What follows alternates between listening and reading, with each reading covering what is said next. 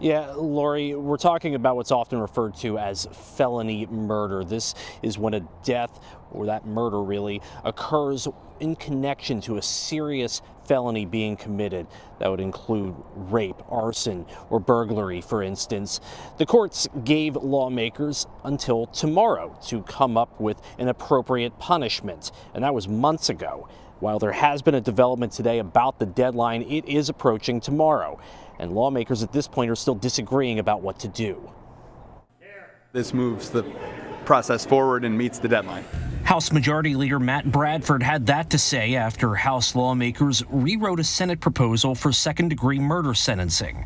Their own plan calls for allowing parole after 30 years and leaving minimum sentencing guidelines to the state's Commission on Sentencing. This is a real attempt in the House to meet the Senate more than halfway. Obviously, we're at the deadline. The House will meet its obligation. But the changes, along with proposed terms for a proposal to allow medical release of inmates, were too much for all but one Republican.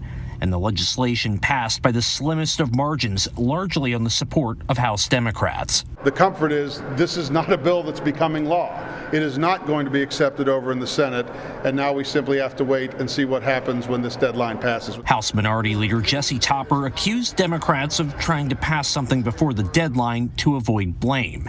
Senate Republicans in Johnstown earlier in the day echoed that sentiment and said victims' families may soon have to endure the stress and trauma of people serving life in prison seeking new sentences. We provided a pathway. This issue could have been avoided. It was chosen to be delayed for months, and at the last possible minute, politics were played. It's estimated some 1,100 people currently serving life sentences may potentially be eligible to apply for resentencing once this deadline passes.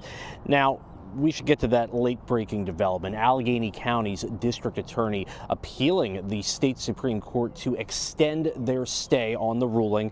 It said the initial mandatory life in prison without parole ruling was unconstitutional.